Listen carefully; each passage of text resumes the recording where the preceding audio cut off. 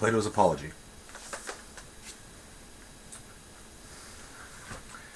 How you, O Athenians, have been affected by my accusers, I cannot tell. But I know that they almost made me forget who I was. So persuasively did they speak, and yet they have hardly uttered a word of truth. But of the many falsehoods told by them, there was one which quite amazed me. I mean, when they said that you should be upon your guard and not allow yourselves to be deceived by the force of my eloquence. To this day, when they were certain to be detected as soon as I opened my lips and proved myself to be anything but a great speaker, did it indeed appear to be my most shameless. Unless by the force of eloquence they mean the force of truth, for if such there is their meaning, I admit that I am eloquent, but in how different a way from theirs. Well, as I was saying, they have scarcely spoken the truth at all, but from me you shall hear the whole truth, not, however, delivered after their manner in a set oration, duly ornamented with words and phrases. No, by heaven, but I shall use the words and arguments which occur to me at the moment, for I am confident in the justice of my cause. At my time of life I ought not to be appearing before you, O men of Athens, in the character of a juvenile orator. Let no one expect it of me, and I must beg of you to grant me a favor. If I defend myself in my accustomed manner, and you hear me using the words which I have been in the habit of using in the agora, and the tables of the money changers, or anywhere else, I would ask you not to be surprised, and not to interrupt me on this account, for I am more than 70 years of age, and appearing now for the first time in a court of law. I am quite a stranger to the language of the place, and therefore I would have you regard me as if I were really a stranger, whom you would excuse if he spoke in his native tongue, and after the fashion of his country. Am I making an unfair request of you? Never mind the manner, which may or may not be good, but think only of the true of my words, and give heed to that. Let the speaker speak truly, and the judge decide justly. And first, I have to reply to the older charges and to my first accusers, and then I go on to the later ones. For of old I have had many accusers, who have accused me falsely to you during many years, and I am more afraid of them than of Anytus and his associates, who are dangerous too in their own way. But far more dangerous are the others, who began when you were children, and took possession of your minds with their falsehoods, telling of one Socrates, a wise man, who speculated about the heaven above, and searched into the earth beneath, and made the worse appear the better cause. The disseminators of this tale are the accusers whom I dread, for their hearers are apt to fancy that such inquirers do not believe in the existence of the gods. And they are many, and their charges against me are of ancient date. And they were made by them in the days when you were more impressible than you are now, in childhood, or it may have been in youth. And the cause, when heard, went by default, for there was none to answer. And hardest of all, I do not know and cannot tell the names of my accusers, unless in the chance case of a comic poet. All who from envy and malice have persuaded you, some of them having first convinced themselves. All this class of men are most difficult to deal with, for I cannot have them up here, and cross-examine them, and therefore I must simply fight with shadows in my own defense, and argue when there is no one who answers. I will ask you then to assume with me, as I was saying, that my opponents are of two kinds, one recent, the other ancient, and I hope that you will see the propriety of my answering the latter first, for these accusations you heard long before the others, and much oftener. Well then, I must make my defense, and endeavor to clear away in a short time a slander which has lasted a long time.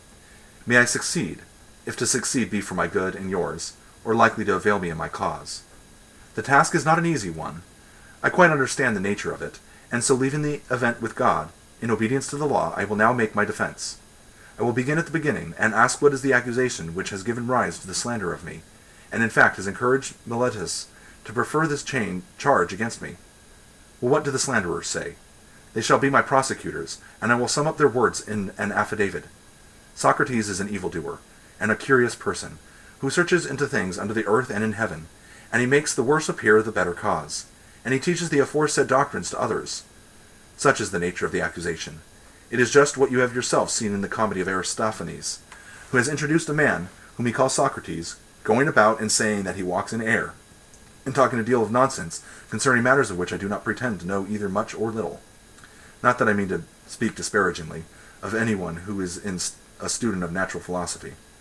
I should be very sorry if Miletus could bring so grave a charge against me. But the simple truth is, O Athenians, that I have nothing to do with physical speculations. Very many of those here present are witnesses to the truth of this, and to them I appeal. Speak then, you who have heard me, and tell your neighbors whether any of you have ever known me hold forth in few words, or in many upon such matters. You hear their answer, and from what they say of this part of the charge, you will be able to judge of the truth of the rest. As little foundation is there for the report that I am a teacher, and take money, this accusation has no more truth in it than the other. Although if a man were really able to instruct mankind, to receive money for given instruction would, in my opinion, be an honor to him. There is Gorgias of Leontium, and Prodicus of Chios, and Hippias of Elis, who go the round of the cities, and are able to persuade the young men to leave their own citizens, by whom they might be taught for nothing, and come to them whom they not only pay, but are thankful if they may be allowed to pay them. There is at this time a Parian philosopher residing in Athens, of whom I have heard, and I came to hear of him in this way.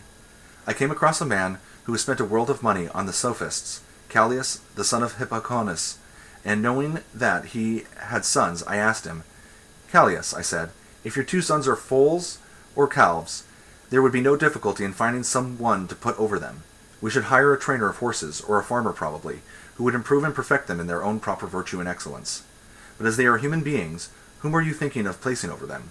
Is there anyone who understands human and political virtue? You must have thought about the matter, for you have sons. Is there anyone? There is, he said. Who is? Who is he?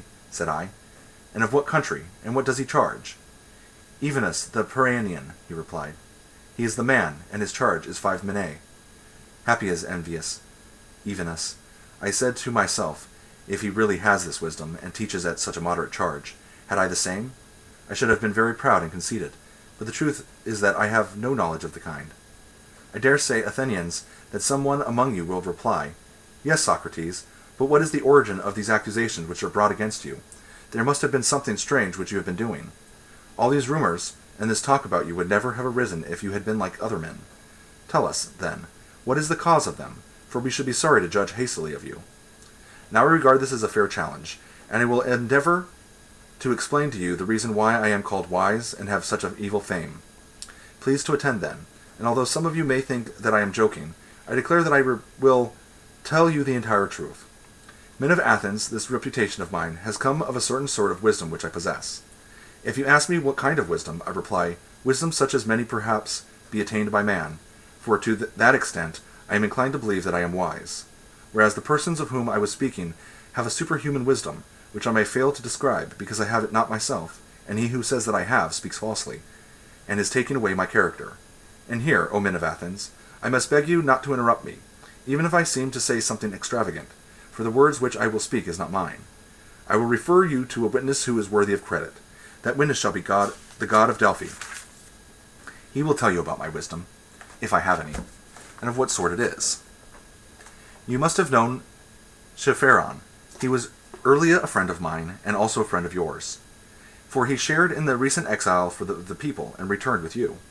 Well, Seraphon, as you know, was very impetuous in all his doings, and he went to Delphi, and boldly asked the oracle to tell him whether, as I was saying, I must beg you not to interrupt.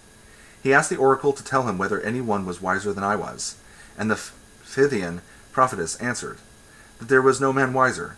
Seraphon is dead himself, but his brother, who is in court, will confirm the truth of what I am saying. Why do I mention this? Because I'm going to explain to you why I have such an evil name. When I hear the answer, I said to myself, what can the god mean? And what is the interpretation of his riddle? For I know that I have no wisdom, small or great. What then can he mean when he says that I am the wisest of men, and yet he is a god, and cannot lie? That would be against his nature. After long consideration, I thought of a method of trying the question. I reflected that if I could only find a man wiser than myself, then I might go to the god with a refutation in my hand. I should say to him, here is a man who is wiser than I am. But you said that I was the wisest. Accordingly, I went to one who had the reputation of wisdom, and observed him. His name I need not mention. He was a politician, whom I selected for examination, and the result was as follows. When I began to talk with him, I could not help thinking that he was not really wise, although he was thought wise by many, and still wiser by himself, and thereupon I tried to explain to him that he thought himself wise, but was not really wise, and the consequence was that he hated me. and his enmity was shared by several who were present and heard me. So I left him, saying to myself as I went away, well, although I do not suppose that either of us knows anything really beautiful or good, I am better off than he is, for he knows nothing, and thinks that he knows. I neither know nor think that I know. In this latter particular, then, I seem to have slightly the advantage of him. Then I went to another, who had still higher pretensions to wisdom, and my conclusion was exactly the same. Whereupon I made another enemy of him, and of many others besides him. Then I went on to one man after another, being not unconscious of the enmity which I provoked.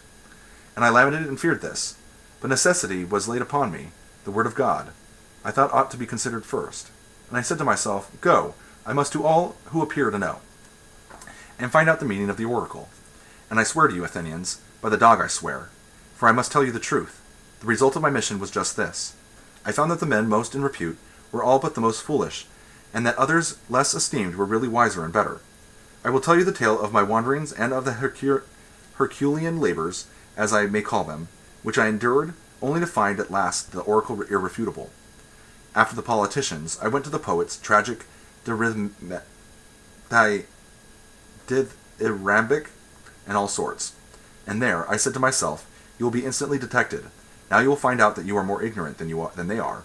Accordingly, I took them some of the most elaborate passages in their own writings, and asked what was the meaning of them, thinking that they should teach me something. Will you believe me? I am almost ashamed to confess the truth. But I must say that there is hardly a person present who will not have talked better about their poetry than they did themselves. That I knew that not by wisdom do poets write poetry, but by a sort of genius and inspiration. They are like diviners or soothsayers, who also say many fine things, but do not understand the meaning of them. The poets appeared to me to be much in the same case, and I further observed that upon the strength of their poetry they believed themselves to be the wisest of men in other things in which they were not wise. So I departed, conceiving myself to be superior to them, for the same reason that I was superior to the politicians. At last I went to the artisans, for I was conscious that I knew nothing at all, as I may say, and I was sure that they knew many fine things. And here I was not mistaken, for they did know many things of which I was ignorant, and in this they certainly were wiser than I was. But I observed that even the good artisans fell into the same error as the poets. Because they were good workmen, they thought that they already knew all sorts of high matters, and this defect in them overshadowed their wisdom, and therefore I asked myself on behalf of the oracle, whether I would like to be as I was, neither having their knowledge nor their ignorance, or like them in both, and I made answer to myself and the oracle that I was better off as I was. This inquisition has led to my having many enemies, of the worst and most dangerous kind, and has given occasion also to many calumnies, and I am called wise, for my hearers always imagine that I myself possess the wisdom, which I find wanting in others. But the truth is, O men of Athens, that God only is wise, and by his answer he intends to show that the wisdom of men is worth little or nothing. He is not speaking of Socrates, he is only using my name by way of illustration, as if he said, He, O men, is the wisest, who like Socrates knows that his wisdom is in truth worth nothing.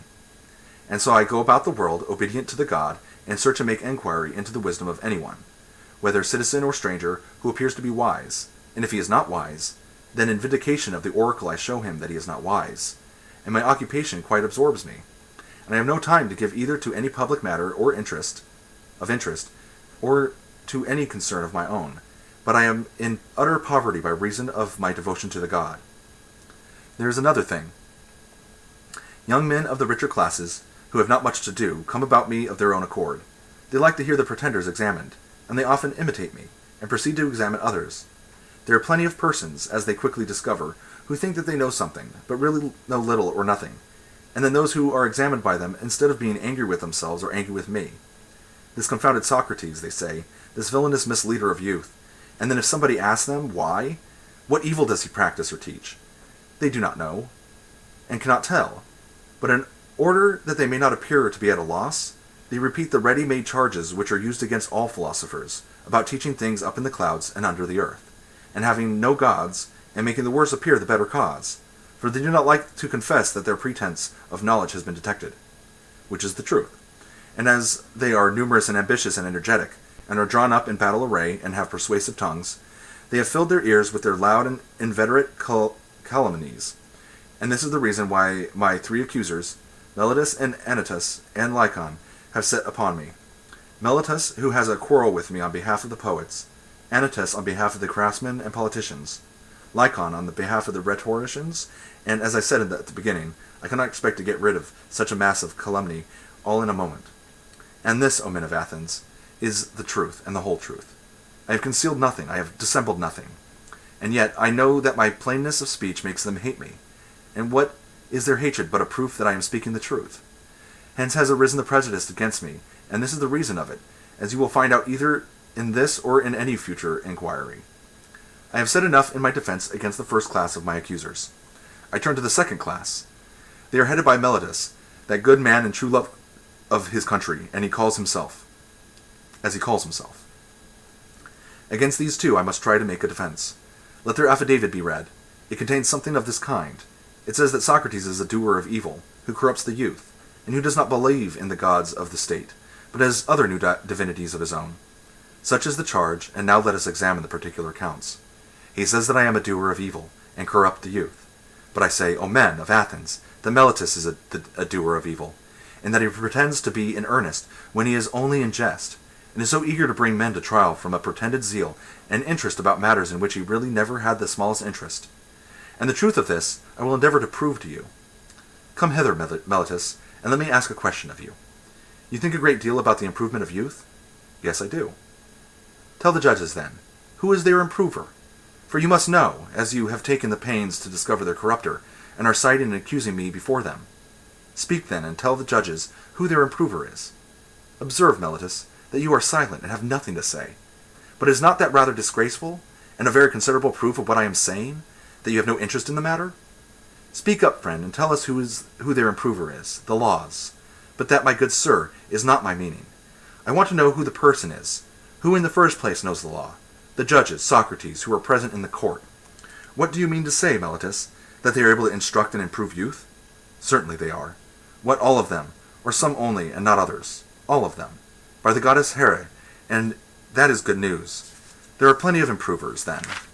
And what do you say of the audience? Do they improve them? Yes, they do. And the senators? Yes, the senators improve them. But perhaps the members of the assembly corrupt them? Or do they too improve them? They improve them. Then every Athenian improves and elevates them, all with the exception of myself, and I alone am their corrupter? Is that what you affirm?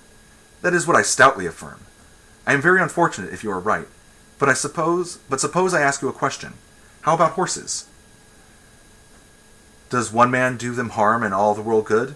Is not the exact opposite the truth? One man is able to do them good, or at least not many. The trainer of horses, that is to say, does them good, and others who have to do with them rather injure them? Is not that true? Meletus of horses, or of any other animals? Most assuredly it is. Whether you and Anytus say yes or no, happy indeed would be the condition of youth if they had one corrupter only, and all the rest of the world were their improvers.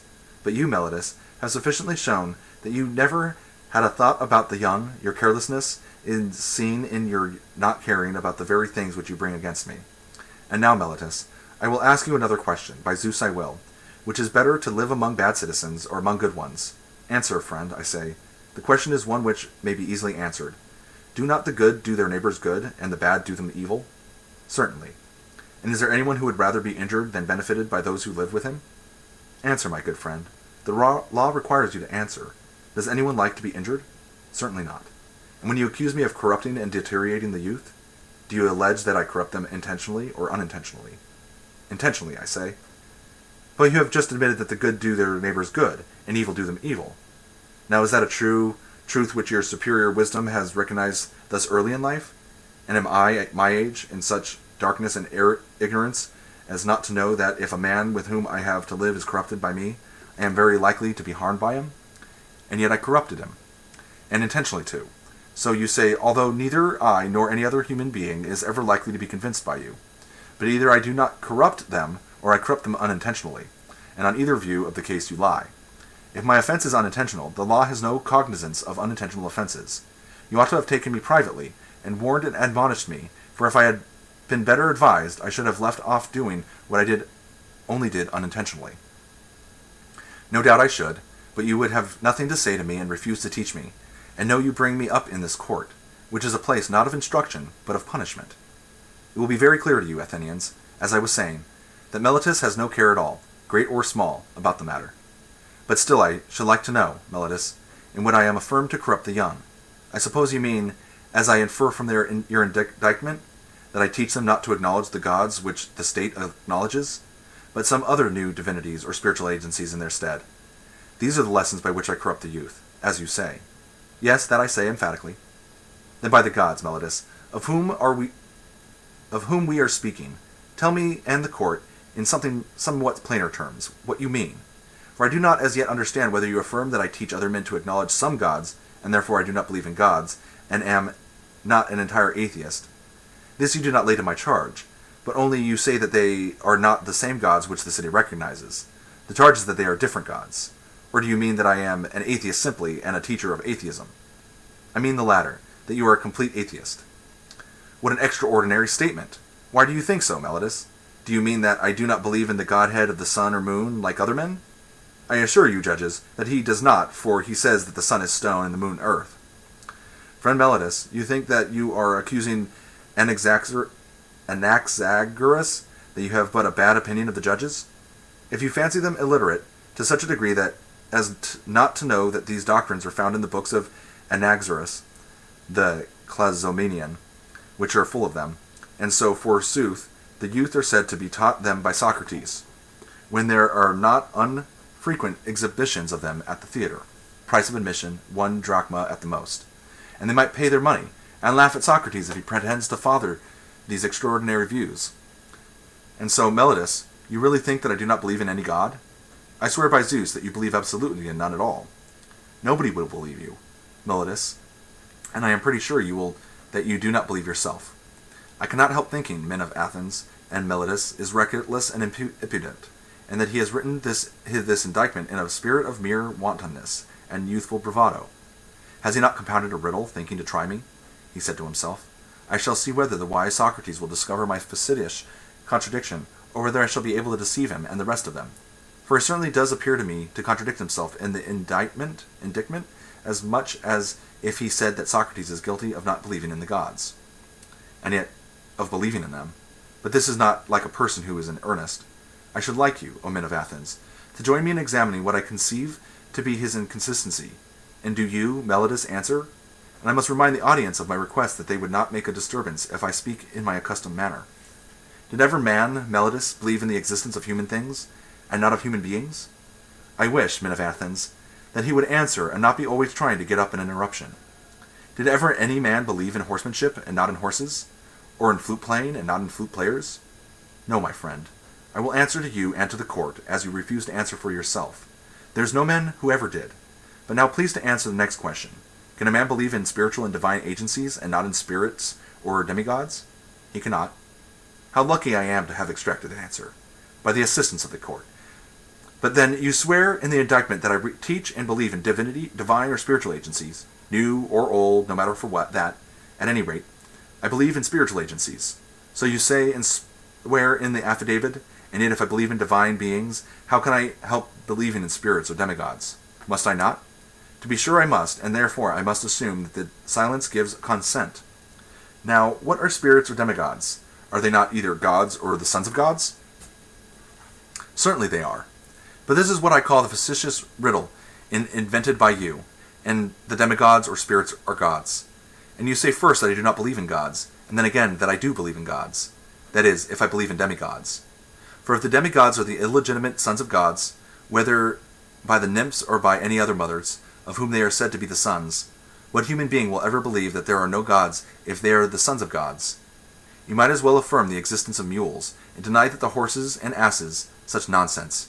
Meletus could only have been intended by you to make trial of me.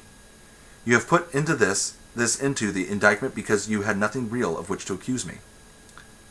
But no one who has a particular particle of understanding will ever be convinced by you that the same men can believe in divine and superhuman things, and not believe that there are gods and demigods and heroes. I have said enough in answer to the charge of Meletus.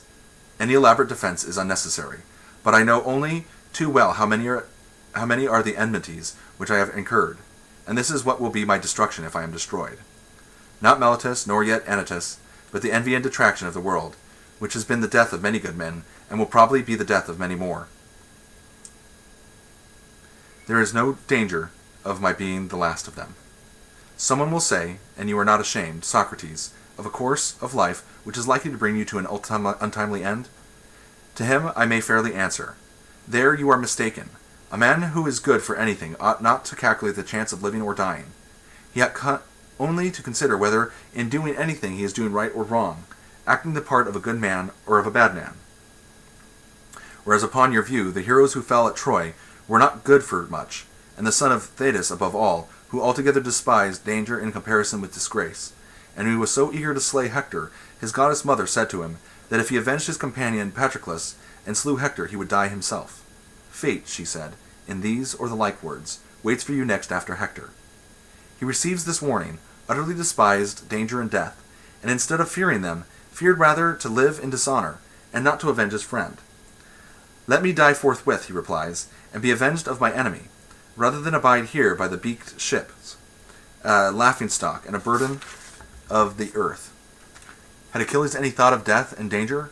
For whatever a man's place is, whether the place which he has chosen or that which he has been placed by a commander, there he ought to remain in the hour of danger. He should not think of death or of anything but of disgrace. And this, O men of Athens, is a true saying.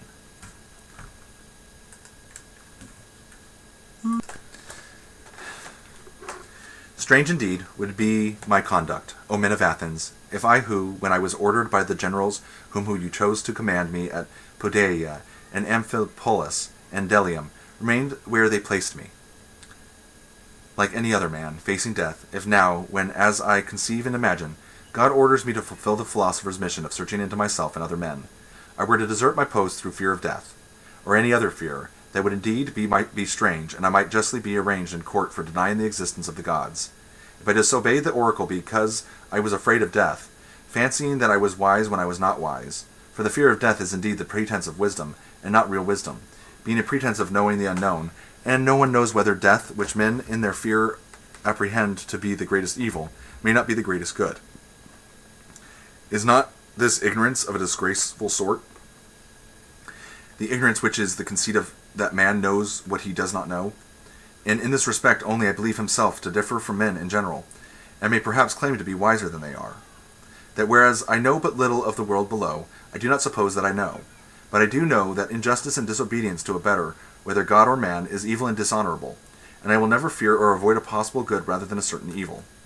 Then therefore, if you let me go now, and are not convinced by Anytus, who said that since I had been prosecuted, I must be put to death, or if not that I ought never to have been prosecuted at all, and that if I escape now, your sons will be utterly ruined by listening to my words. If you say to me, Socrates, this time we will not mind Anytus, and you shall be let off, but upon one condition, that you are not to inquire and speculate in this way any more, and that if you are caught doing so again, you shall die. If this was the condition on which you let me go, I should reply, Men of Athens, I honor and love you, but I shall obey God rather than you, and while I have life and strength, I shall never cease from the practice and teachings of philosophy, exhorting anyone whom I meet, and saying to him after any my manner, You, my friend, a citizen of the great and mighty and wise city of Athens, are you not ashamed of heaping up the greatest amount of money and honor and reputation, and caring so little about wisdom and truth and the greatest improvement of the soul, which you never regard or heed at all? And if the person with whom I am arguing says, Yes, but I do care, then I do not leave him or let him go at once, but I proceed to interrogate and examine and cross-examine him, and if I think that he has no virtue in him, but only says that he has, I reproach him with undervaluing the greater and overvaluing the less. And I shall repeat the same words to everyone whom I meet, young and old, citizen and alien, but essentially to the citizens, inasmuch as they are my brethren. For know that this is the command of God, and I believe that no greater good has ever happened in the state than my service to the God. For I do nothing but go about persuading you all, old and young alike, that not to take thought for your person or your properties, but first and chiefly to care about the greatest improvement of the soul. I tell you that virtue is not given by money, but that from virtue comes money and every other good man, public as well as private. This is my teaching, and if this is the doctrine which corrupts the youth, I am a mischievous person. But if anyone says that this is not my teaching, he is speaking in untruth. Wherefore, O men of Athens, I say to you, do as Anytus bids, or not as Anytus bids, or either acquit me or not, but whichever you do, understand that I shall never alter my ways, not even if I have to die many times. Men of Athens, do not interrupt, but hear me. There was an understanding between us that you should hear me to the end. I have something more to say, at which you may be inclined to cry out, but I believe that to hear me will be good for you, and therefore I beg that you will not cry out. I would have you know that if you kill such an one as I am, you will injure yourselves more than you will injure me. Nothing will injure me, not Meletus, nor yet Anytus. They cannot, for a bad man is not permitted to injure a better than himself. I do not deny that Anytus may perhaps kill him, or drive him into exile, or deprive him of civil rights, and he may imagine, and others may imagine, that he is inflicting a greater injury upon him. But there I do not agree, for the evil of doing as he is doing, the evil of unjustly taking away the life of another, is greater far. And now, Athenians, I am not going to argue for my own sake, as you may think, but for yours, that you may not sin against the God by condemning me, who am his gift to you, for if you kill me, you will not easily find a successor to me, who, if I may use such a ludicrous figure of speech, am a sort of gadfly, given to the state by God, and the state is a great and noble steed who is tardy in his motions, owing to his very size, and requires to be stirred into life. I am that gadfly which God has attached to the state, and all day long and in all places am always fastening upon you, arousing and persuading and reproaching you.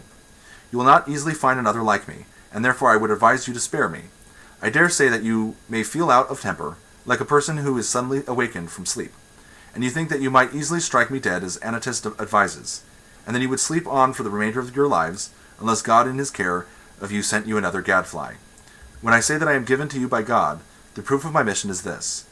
If I had been like other men, I should not have neglected all my own concerns, or patiently sent the neglect of them during all these years, and have been doing yours, coming to you individually like a father or elder brother, exhorting you to regard virtue. Such conduct, I say, would be unlike human nature. If I had gained anything, or if my exhortations had been paid, there would have been some sense in my doing so. But now, as you will perceive, not even the impudence of my accusers dares to say that I have ever exacted or sought pay of anyone. Of that they have no witness, and I have a sufficient witness to the truth of what I say, my poverty. Someone may wonder why I go about in the private giving advice and busying myself with the concerns of others, but do not venture to come forward in public and advise the state. I will tell you why. You have heard me speak at sundry times and in divers places of an oracle or sign which comes to me, and is the divinity which Meletus ridicules in the indictment. This sign, which is a kind of voice, first began to come to me when I was a child. It always forbids, but never commands, me to do anything which I am going to do. This is what deters me from being a politician, and rightly, as I think. For I am certain, O men of Athens, that if I had engaged in politics, I should have perished long ago, and done no good either to you or to myself.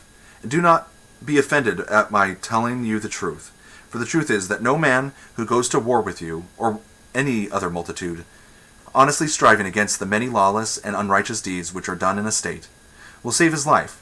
He who will fight for the right, if he would live even for a brief space, must have a private station and not a public one. I can give you convincing evidence of what I say, not words only, but what you value far more, actions. Let me relate to you a passage of my own life, which will prove to you that I should never have yielded to injustice from any fear of death, and that as I should have refused to yield, I must have died at once. I will tell you a tale of the courts, not very interesting perhaps, but nevertheless true. The only office of state which I ever held, O men of Athens, was that of senator, the tribe Antiochus, which is my tribe, had the presidency at the trial of the generals who had not taken up the bodies of the slain after the battle of Arginus, and you proposed to try them in a body, contrary to law, as you all thought afterwards, but at the time I was the only one of the Prytanes who was opposed to the illegality, and I gave my vote against you. And when the orators threatened to impeach and arrest me, and you called and shouted, I made up my mind that I would run the risk, having law and justice with me, rather than take part in your injustice because I feared imprisonment and death. This happened in the days of the democracy, but when the oligarchy of the 30 was in power, they sent for me and 4 others into the rotunda, and bade us bring Leon of Salaminian from Salamis, and they wanted to put him to death. This was a specimen of the sort of commands which they were always giving with the view of implicating as many as possible in their crimes. And then I showed, not in word only, but in deed, that if I may be allowed to use such an expression, I cared not a straw for death, and that my great and only care was lest I should do an unrighteous or unholy thing. For the strong arm of that oppressive power did not frighten me into doing wrong, and when we came out of the rotunda, the other 4 went to Salamis and fetched Leon, which I went quietly home, for which I might have lost my life. Had not the power of the 30 shortly afterwards come to an end, and many will witness to my words. Now do you really imagine that I could have survived all these years, if I had led a public life? Supposing that, look like a good man, I had always maintained the right, and had made justice as I ought, the first thing. No, indeed, men of Athens, neither I nor other men, or any other man, but I have been always the same in all my actions, public as well as private, and never have I yielded any base compliance to those who are slanderously termed my disciples, or to any others. Not that I have any regular disciples, but if anyone likes to come and hear me while I am pursuing my mission, whether he be young or old, he is not excluded. Nor do I converse only with those who pay, but anyone, whether he be rich or poor, may ask and answer me and listen to my words, and whether he turns out to be a bad man or a good one, neither result can be justly imputed to me, for I never taught to profess to teach him anything. And if anyone says that he has ever learned or heard anything from me in private, which all the world has not heard, let me tell you that he is lying. But I shall be asked, why do people delight in continually conversing with you? I have told you already, Athenians, the whole truth about this matter. They like to hear the cross-examination of the pretenders to wisdom. There is amusement in it. Now this duty of cross-examining other men has been imposed upon me by God, and has been signified to me by oracles, visions, and in every way in which the will of divine power was ever intimated to anyone. This is true, O Athenians, or if not true, would be soon refuted. If I am or have been corrupting the youth, those of them who are now grown up and become sensible that I gave them bad advice in the days of their youth should come forward as accusers, and take their revenge, or if they do not like to come themselves, some of their relatives, fathers, brothers, or other kinsmen, should say what evil their families have suffered at my hands. Now is their time. Many of them I see in the court. There is Crito, who is of the same age and of the same deme with myself, and there is Critobulus, his son, whom I also see. Then again there is Lysanias of Sphetus, who is the father of Askenes.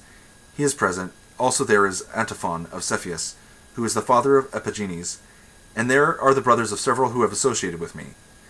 There is Nicostratus, the son of Theodotides, and the brother of Theodotus. Now Theodotus himself is dead, and therefore he, at any rate, will not seek to stop him. And there is Perillus, the son of Demodocus, who had a brother Theagas, and Edenimantus, the son of Ariston, whose brother Plato is present, and Eandotris, who is the brother of Apollodorus, whom I also see. I might mention a great many others, some of whom Meletus should have produced as witnesses in the course of his speech, and let him still produce them, if he has forgotten. I will make way for him, and let him say if he has any testimony of the sort which he can produce. Nay, Athenians, the very opposite of the truth, for all these are ready to witness on behalf of the corrupter, of the injurer of their kindred, as Meletus and Anytus call me, not the corrupted youth only, there might have been a motive for that, but their uncorrupted elder relatives. Why should they too support me with their testimony? Why indeed, except for the sake of truth and justice, and because they know that I am speaking the truth, and that Meletus is a liar? Well, Athenians, this and the like of this is all the defense which I have to offer. Yet a word more. Perhaps there may be someone who is offended at me, when he calls to mind how he himself, on a similar, or even a less serious occasion, prayed and entreated the judges with many tears, and how he produced his children in court, which was a moving spectacle, together with a host of relations and friends, whereas I, who am probably in danger of my life, will do none of these things. The contrast may occur to his mind, and he may be set against me, and vote in anger because he is displeased at me on this account. Now if there be such a person among you, mind, I do not say that there is, to him I may fairly reply, my friend, I am a man, and like other men, a creature of flesh and blood, and not of wood or stone. As Homer says, and I have a family, yes, and sons. O the Athenians, 3 in number, 1 almost a man, and 2 others who are still young, and yet I will not bring any of them hither in order to petition you for an acquittal. And why not? Not from any self-assertion or want of respect for you. Whether I am or am not afraid of death is another question, of which I will not now speak. But having regard to public opinion, I feel that such conduct would be discreditable to myself, and to you, and to the whole state. One who has reached my years, and who has a name for wisdom, ought not to demean himself. Whether this opinion of me be deserved or not, at any rate the world has decided that Socrates is in some way superior to other men. And if those among you who are said to be superior in wisdom and courage, and any other virtue, demean themselves in this way, how shameful is their conduct! I have seen men of reputation, when they have been condemned, behaving in the strangest manner. They seem to fancy that they were going to suffer something dreadful if they died, and that they could be immortal if you only allowed them to live. And I think that such are a dishonor to the state, and that any stranger coming in would have said of them that the most eminent men of Athens, to whom the Athenians themselves give honor and command, are no better than women. And I say that these things ought not to be done by those who have a reputation, and if they are done, you ought not to permit them. You ought rather to show that you are far more disposed to condemn the man who gets up a doleful scene and makes the city ridiculous, than him who holds his peace. But setting aside the question of public opinion, there seems to be something wrong in asking a favor of a judge, and thus procuring an acquittal. Instead of informing and convincing him, for his duty is not to make a present of justice, but to give judgment, and he has sworn that he will judge according to the laws and not according to his own good pleasure. And we ought not to encourage you, nor should you allow yourself to be encouraged. In this habit of perjury, there can be no piety in that. Do not then require me to do what I consider dishonorable and impious and wrong, especially now, when I am being tried for impiety on the indictment of Meletus. For if, O men of Athens, by force or persuasion and entreaty, I could overpower your oaths, that I should be teaching you to believe that there are no gods, and in defending should simply convict myself of the charge of not believing in them. But that is not so, far otherwise. For I do believe that there are gods, and in a sense higher than that which any of my accusers believe in them. And to you, and to God, I commit my cause, to be determined by you as is best for you and me. There are many reasons why I am not grieved, O men of Athens, at the vote of condemnation. I expect it, and am only surprised that the votes are so nearly equal. For I had thought that the majority against me would have had far larger, but now, the 30 votes gone over to the other side, I should have been acquitted, and I may say, I think, that I have escaped Meletus. I may say more, for without the assistance of Anytus and Lycon, anyone may see that he would not have had a fifth part of the votes, as the law requires, in which case he would have incurred a fine of 1,000 drachmae. And so he proposes death as the penalty. And what shall I propose on my part, O men of Athens? Clearly, that which is my due. And what is my due? What return shall be made to the man who has never had the wit to be idle during his whole life, but has been careless of that what the many care for, wealth and family interests, and military offices, and speaking in the assembly and magistracies, and plots and parties? Reflecting that I was really too honest a man to be a politician and live, I did not go where I could do no good to you or to myself, but where I could do the greatest good privately to every one of you. Thither I went, and sought to persuade every man among you that he must look to himself, and seek virtue and wisdom before he looks to his private interests, and look to the state before he looks to the interests of the state, and that this should be the order which he observes in all his actions. What shall be done to such a one? Doubtless some good thing, O men of Athens, if he has his reward, and the good shall be of a kind suitable to him. What would be a reward suitable to a poor man who is your benefactor, and who desires leisure that he may instruct you? There can be no reward so fitting as maintenance in the Prytaneum, O men of Athens, a reward which he deserves far more than the citizen who has won the prize of Olympia in the horse or chariot race, whether the chariots were drawn by 2 horses or by many. For I am in want, and he has enough, and he only gives you the appearance of happiness, and I give you the reality. And if I am to estimate the penalty fairly, I should say that maintenance in the Prytaneum is the just return. Perhaps you think that I am braving you in what I am saying now, as in what I said before about the tears and prayers. But this is not so. I speak rather because I am convinced that I never intentionally wronged anyone, although I cannot convince you. The time has been too short. If there were a law at Athens, as there is in other cities, that a capital cause should not be decided in one day, then I believe that I should have convinced you. But I cannot in a moment refute great slanders. And as I am convinced that I never wronged another, I will assuredly not wrong myself. I will not say of myself that I deserve any evil, or propose any penalty. Why should I? Because I am afraid of the penalty of death which Meletus proposes. When I do not know whether death is a good or an evil, why should I propose a penalty which would certainly be an evil? Shall I say imprisonment? And why should I live in prison, and be a slave of the magistrates of the year?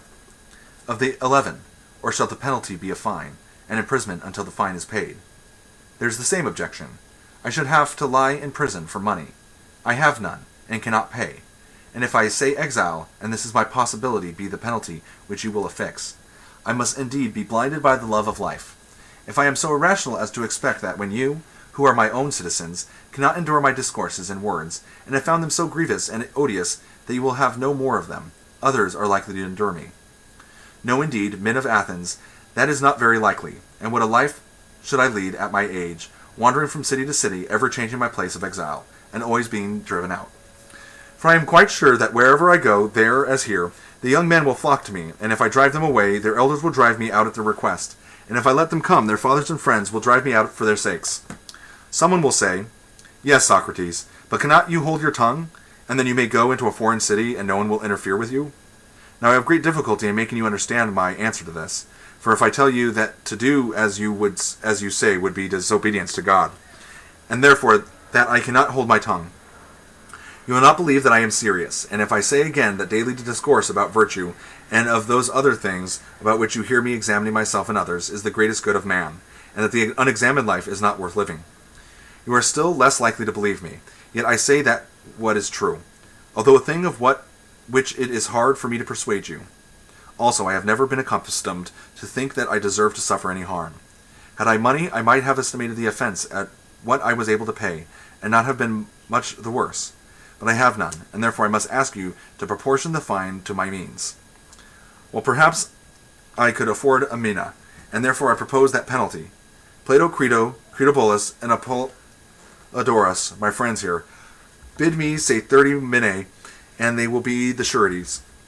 Let 30 minae be the penalty, for which sum they will be ample security to you. Not much time will be gained, O Athenians, in return for the evil name which you will get from the detractors of the city, who will say that you killed Socrates, a wise man, for they will call me wise, even though I am not wise, when they want to reproach you.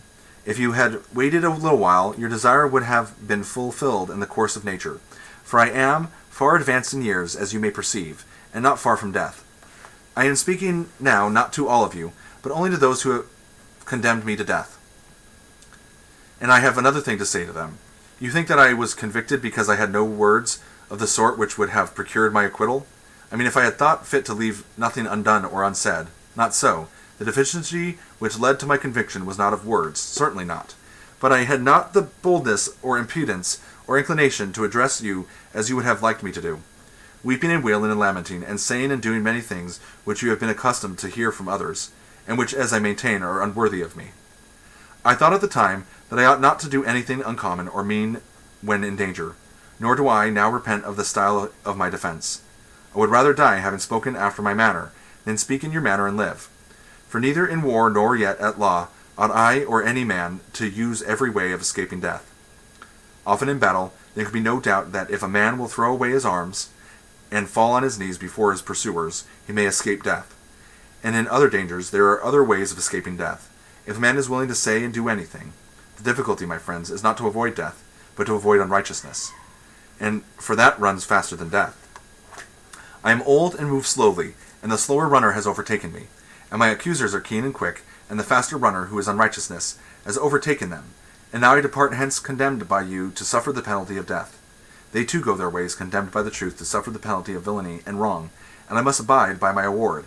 Let them abide by theirs. I suppose that these things may be regarded as fated, and I think that they are well. And now, O men who have condemned me, I would fain prophesy to you, for I am about to die, and in the hour of death men are gifted with prophetic power.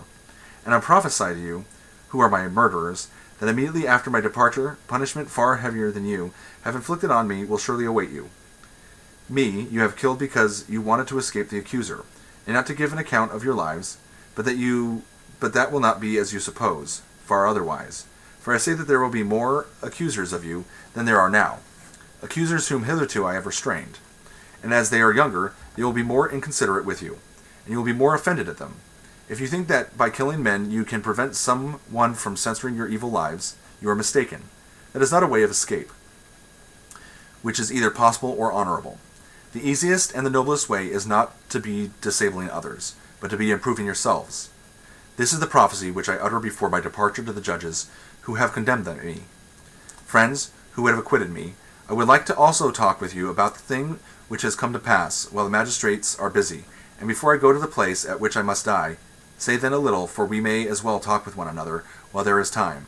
You are my friends, and I should like to show you the meaning of this event which has happened to me. O my judges, for you I may truly call judges, I should like to tell you of a wonderful circumstance. Hitherto the divine faculty of which the internal oracle is the source has constantly been in the habit of opposing me even about trifles. If I was going to make a slip or error in any matter, and now as you see there has come upon me that which may be thought, and is generally believed to be, the last and worst evil. But the oracle made no sign of opposition, either when I was leaving my house in the morning, or when I was on my way to the court, or while I was speaking, at anything which I was going to say, and yet I have often been stopped in the middle of a speech. But now is nothing I either said or did touching the matter in hands has the oracle opposed me. What do I take to be the explanation of this silence? I will tell you. It is an imitation that what has happened to me is good, and that those of us who think that death is an evil are in error. For the customary sign would surely have opposed me had I been going to evil and not to good. Let us reflect in another way, and we shall see that there is great reason to hope that death is a good, for one of two things. Either death is a state of nothingness and utter unconsciousness, or as men say, there is a change and migration of the soul from this world to another. Now if you suppose that there is no consciousness, but a sleep like the sleep of him who is undisturbed even by dreams, death will be an unspeakable gain. For if a person were to select the night in which his sleep was undisturbed, even by dreams, and were to compare with this the other days and nights of his life, and then were to tell us how many days and nights he had passed in the course of his life better and more pleasantly than this one, I think that any man, I will not say a private man, but even the great king, will not find many such days or nights, when compared with the others. Now if death be of such a nature, I say that to die is gain, for eternity is then only a single night. But if death is the journey to another place, and there, as men say, all the dead abide, what good, O my friends and judges, can be greater than this? If indeed, when the pilgrim arrives in the world below, he is delivered from the professors of justice in this world, and finds the true judges who are said to give judgment there, Minos and Rhadamanthus and Aeacus and Triptolemus and other sons of God who were righteous in their own life, that pilgrimage will be worth making. What will not a man give if he might converse with Orpheus and Musaeus and Hesiod and Homer? Nay, if this be true, let me die again and again. I myself, too, shall have a wonderful interest in their meeting and conversing with Palmedes, and Ajax, the son of Telamon, and other ancient hero, and any other ancient hero who has suffered death through an unjust judgment. And there will be no small pleasure, as I think, in comparing my own sufferings with theirs. Above all, I shall then be able to continue my search into true and false knowledge, as in this world, so also in the next, and I shall find out who is wise, and who pretends to be wise, and is not.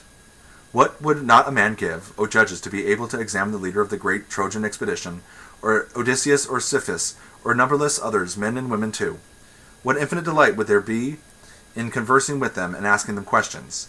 In another world, they do not put a man to death for asking questions, assuredly not. For, besides being happier than we are, they will be immortal, if what is said is true. Wherefore, O judges, be of good cheer about death, and know of a certainty that no evil can happen to a good man, either in life or after death. He and his are not neglected by the gods, nor has my own approaching end happened by mere chance. But I see clearly that the time has arrived when it was better for me to die and be released from trouble. Wherefore the oracle gave no sign, for which reason also I am not angry with my condemners, or with my accusers. They have done me no harm, although they did not mean to do me any good, and for this I may gently blame them. Still I have a favor to ask of them. When my sons are grown up, I would ask you, O my friends, to punish them, and I would have you trouble them, as I have troubled you, if they seem to care about riches or anything, more than about virtue, or if they pretend to be something when they are really nothing, then reprove them, as I have reproved you, for not caring about that for which they ought to care, and thinking that they are something when they are really nothing. And if you do this, both I and my sons will have received justice at your hands. The hour of departure has arrived, and we go our ways, I to die and you to live, which is better God only knows.